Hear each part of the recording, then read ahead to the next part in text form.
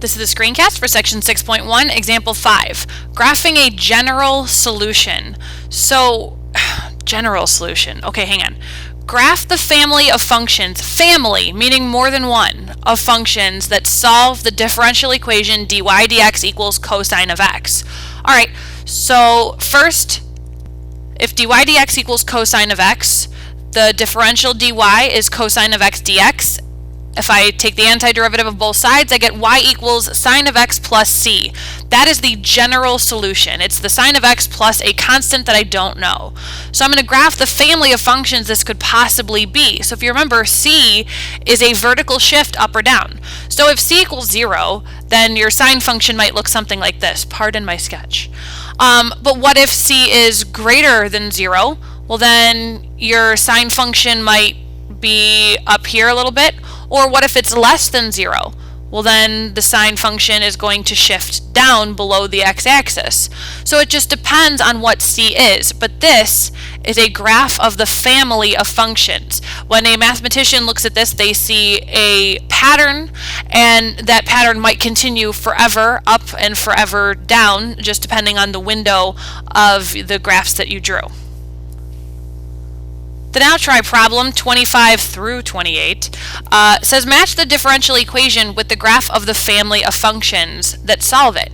Use slope analysis, not your graphing calculator. Okay, slope analysis. So dy dx are your slopes. Those are your slopes.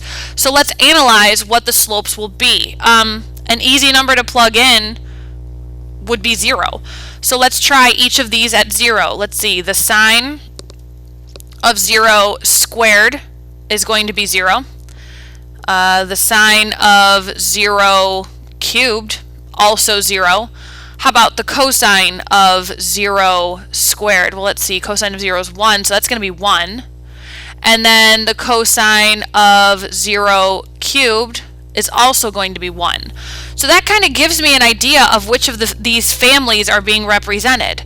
At 0, at x equals 0, the slopes in A look more like 1. The slopes in B look like they are slope 0. So we've got two families of functions that have slopes 1 at 0, and two families that have slope 0 at 0. So we need further analysis to decide which is which. Alright, so let's take a look at just the sine of x squared. Well, anything squared is going to be positive. It's never going to be negative. Could be equal to 0.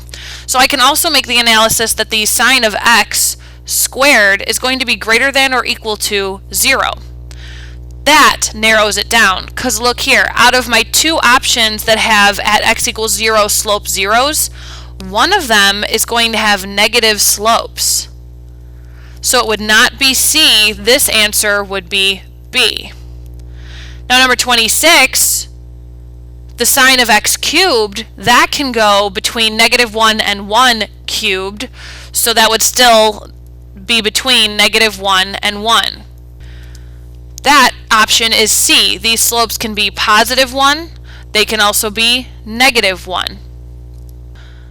Now number 27, the cosine of x squared, okay, well it's always being squared, so your results are going to be either 0 or greater than 0. So the cosine of x squared is going to be greater than or equal to 0.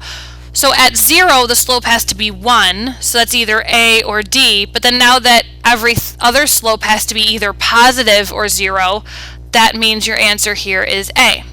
Number 28, the cosine of x cubed, well, a cube will still remain between -1 and 1. Cosine can go between -1 and 1, so cosine cubed can go between -1 and 1.